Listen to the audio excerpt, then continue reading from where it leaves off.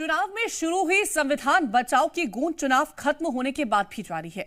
18वीं लोकसभा के पहले सत्र के पहले दिन संसद के भीतर और बाहर विपक्ष ने संविधान की किताब दिखाई। क्या संविधान के मुद्दे ने बीजेपी को बहुमत से पहले रोक लिया? क्या अब संविधान पर ही सियासी घमासान होने वाला है?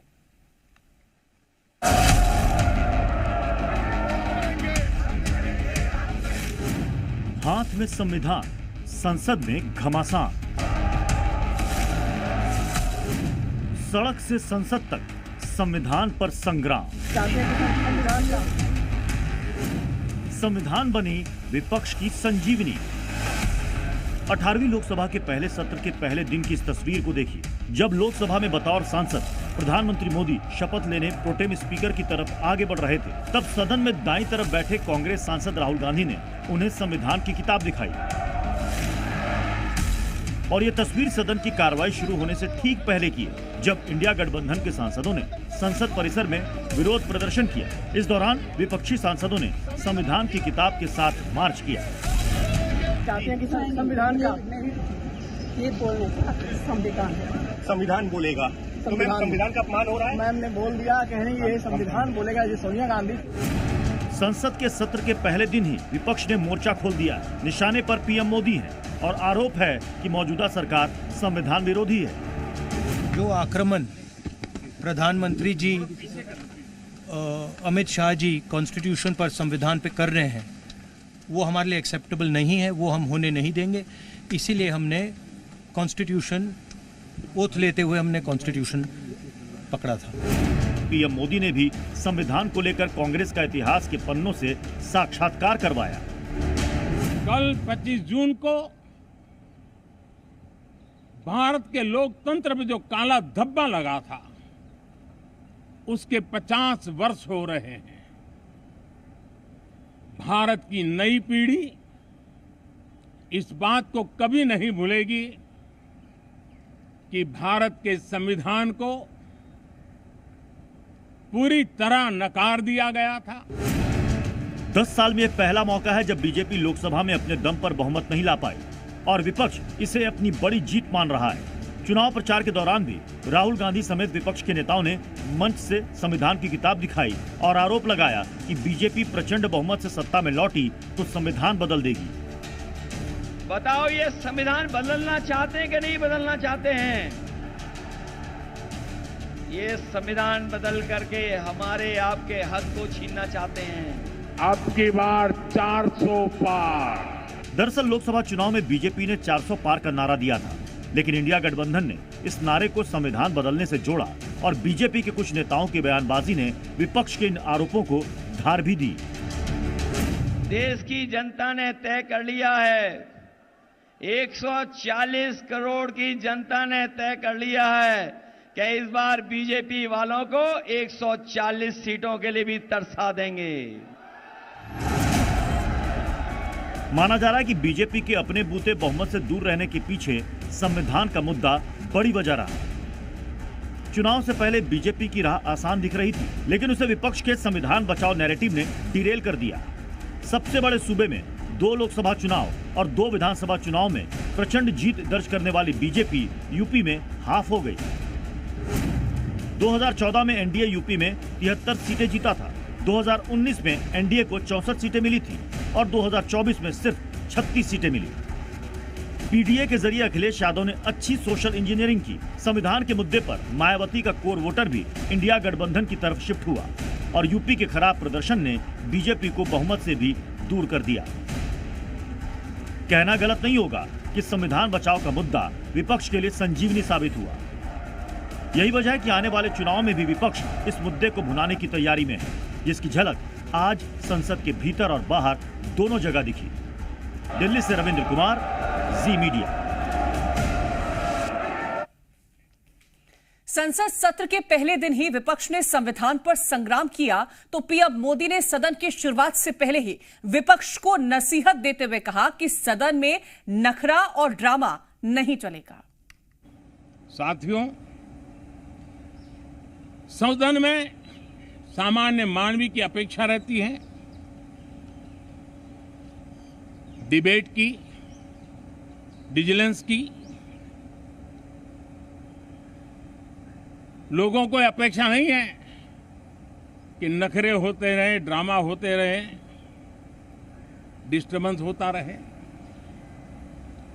लोग सब्सटेंस चाहते हैं, स्लोगन नहीं चाहते हैं। और वहीं कांग्रेस अध्यक्ष मल्लिकार्जुन खड़गे ने ट्वीट कर पीएम मोदी पर हमला बोला। खड़गे ने सोशल मीडिया पर लिखा, पीएम ने चित परिचित शब्द जरूरत से ज्यादा बोले। इसे कहते हैं रस्सी जल गई, बल नहीं गया। देश को आशा थी कि मोदी जी महत्वपूर्ण मुद्दे पर बोलेंगे। रस्सी जल गई लेकिन बल नहीं गया। जनता को काम चाहिए, स्लोगन नहीं, ये वो याद रखें।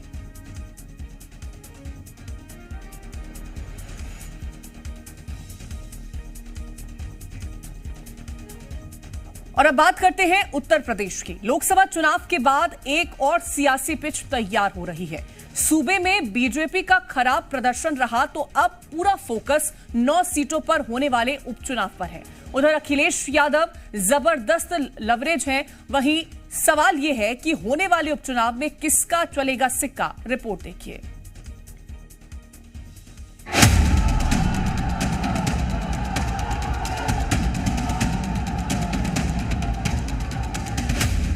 लोकसभा चुनाव के दौरान यूपी में खराब प्रदर्शन से बीजेपी का मोरल डाउन हुआ तो समाजवादी पार्टी के मुखिया अखिलेश यादव का कॉन्फिडेंस हाई है।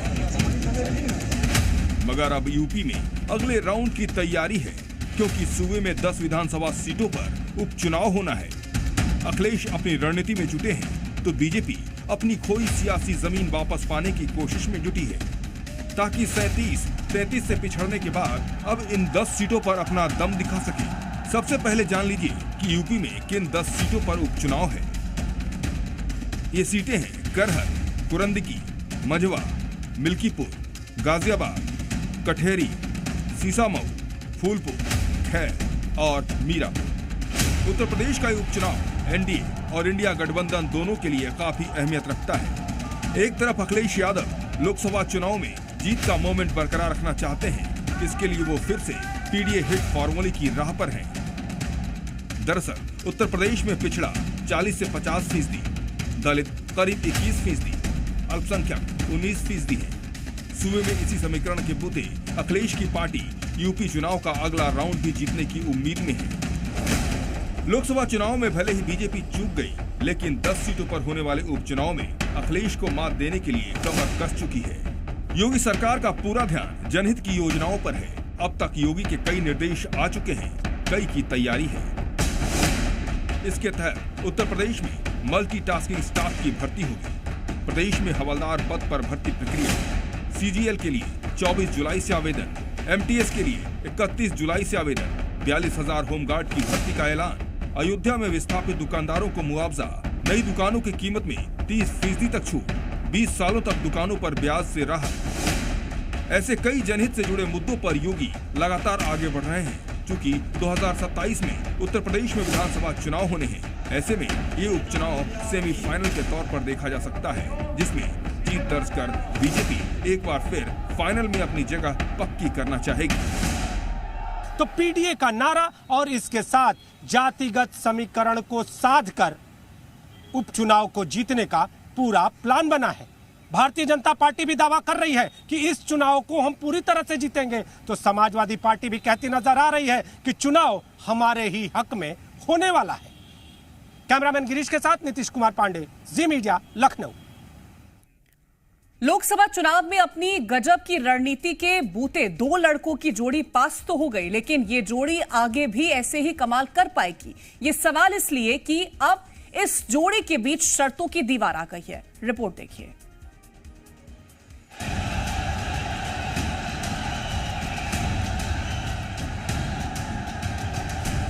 कहते हैं जोड़ी ऐसी हो जिसका कोई तोड़ नहीं, जोड़ी ऐसी हो जिसमें कोई जोड़ नहीं।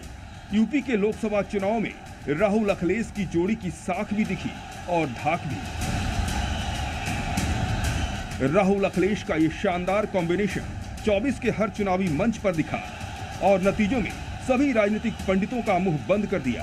इस जोड़ी ने यूपी की 80 में से 43 सीटों पर जीत हासिल करके सियासी गलियारों में सनसनी फैला दी।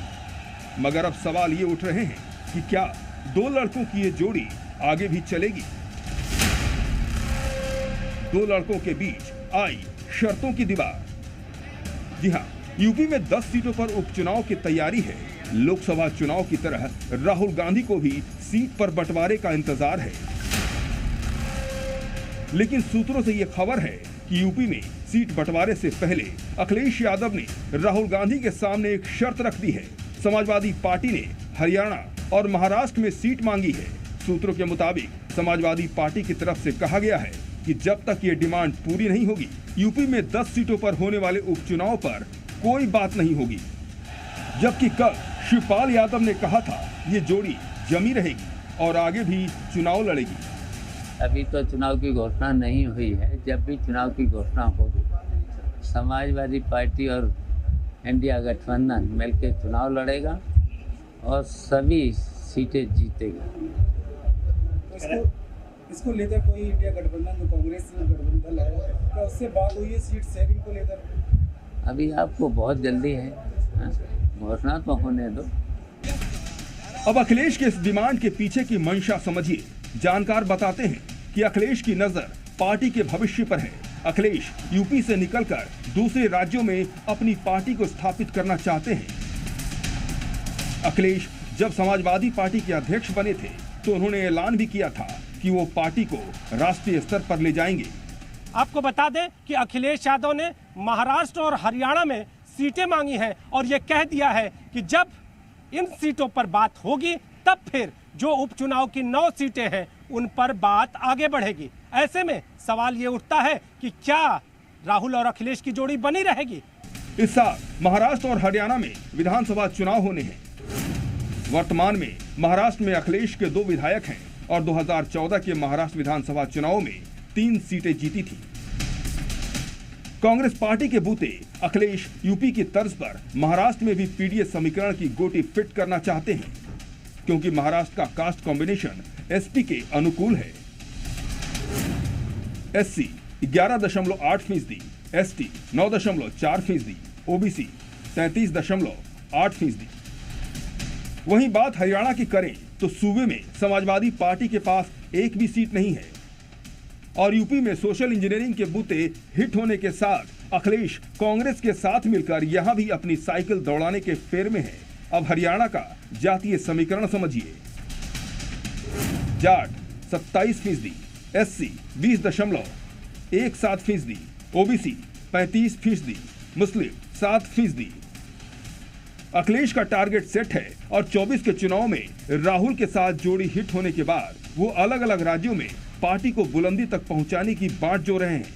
शायद यही वो वजह है कि राहुल गांधी के सामने अखिलेश ने शर्तों की दीवार खड़ी कर दी। नीतीश पांडे, जी मीडिया। लोकसभा चुनाव में आए खराब नतीजों के बाद अब मोदी सरकार जनता के हित से जुड़े मुद्दों पर बड़े फैसले लेने की तैयारी में है। 100 दिन के विकास के प्लान में रोजगार, कृषि, युवाओं और अर्थव्यवस्था को बढ़ावा देने की योजना है। साथ ही पेट्रोल डीजल को जीएसटी के दायरे में लाकर बड़ी राहत देने की कोशिश भी है। वहीं नितिन गडकरी ने भी एक्सप्रेस वे और हाईवे के लिए 30,000 किलोमीटर के निर्माण का प्लान तैयार किया है।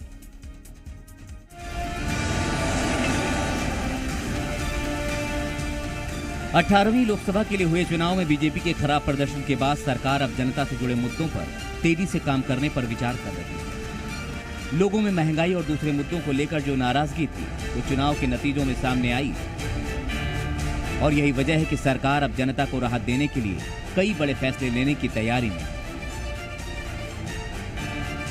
खबर है कि आने वाले दिनों में पेट्रोल डीजल की कीमतों में गिरावट देखने को मिल सकती है।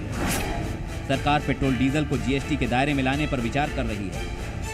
अगर ऐसा होता है तो पेट्रोल और डीजल की कीमत में 20 रुपए लीटर तक की कमी देखने को मिल सकती है। यानी दिल्ली के हिसाब से इसकी कीमत 75 रुपए प्रति लीटर पर आ जाएगी। एक दिन पहले वित्त मंत्री निर्मला सीतारमण ने जीएसटी काउंसिल की मीटिंग की थी, जिसमें वित्त मंत्री ने साफ किया था कि केंद्र सरकार पेट्रोल और डीजल को जीएसटी के दायरे में लाने पर विचार कर रही है। इसलिए राज्य सरकारों को इस बारे में फैसला लेना है और साथ ही इस पर मिलकर दरें भी तय करनी है। अभी हर राज्य अपने हिसाब से पेट्रोल और डीजल पर टैक्स लगाता है। केंद्र भी अपनी ड्यूटी और सेस अलग से वसूल करता है। पेट्रोल डीजल का बेस प्राइस अभी 55 रुपए 46 पैसे है। इस पर केंद्र सरकार 19 रुपए 90 पैसे एक्साइज ड्यूटी ले रही है। इसके बाद राज्य सरकारें अपने हिसाब से वैट और सेस वसूलती हैं। इससे इनकी कीमत बेस प्राइस से करीब 2 गुनी तक बढ़ जाती है। सिर्फ पेट्रोल और डीजल ही नहीं, केंद्र सरकार ने अगले 100 दिनों का प्लान भी तैयार किया है, जिसमें जनता से जुड़े आम मुद्दों को शामिल किया गया है, जिसके तहत युवाओं को केंद्र की विकास योजनाओं से जोड़ना, युवाओं के विकास और उनके रोजगार के लिए जरूरी कदम उठाना, कृषि और किसानों पर मुख्य तौर पर फोकस करना, ग्रामीण और शहरी क्षेत्रों में पीएम आवास योजना को बढ़ाना, अर्थव्यवस्था को बढ़ावा देने के लिए जरूरी कदम उठाना, पब्लिक प्राइवेट पार्टनरशिप को बढ़ावा देना और कौशल विकास, शैक्षणिक सुधार पर फोकस करना शामिल है। इसके साथ ही अपनी तीसरी पारी में नरेंद्र मोदी सरकार हाईवे और एक्सप्रेसवे पर जोर दे रही है। सड़क और परिवहन मंत्री नितिन गडकरी ने 30,000 किलोमीटर हाईवे का प्लान तैयार किया है। इसके लिए केंद्र सरकार से 22 लाख करोड़ रुपए के निवेश की मंजूरी मांगी गई है। इससे 2031-32 तक देश में 30,600 किलोमीटर का सड़क निर्माण होगा, जिसमें एक्सप्रेसवे और हाई स्पीड कॉरिडोर बनाने की तैयारी है। जाम से मुक्ति के लिए 4,000 किलोमीटर का हाईवे भी बनाया जाएगा। वहीं सीमा से जुड़े इलाकों में भी सड़क बनाने की योजना है। एजेंडे के अनुसार 5 साल में लगभग 35,000 किलोमीटर की नई सड़कों का बनाना है, जिसमें कि लगभग 22 लाख रुपए खर्च करेगी सरकार। इसके अलावा access speed control highways, LNG के लिए हाईवेज और ईवी के लिए अलग हाईवेज बनाने हैं।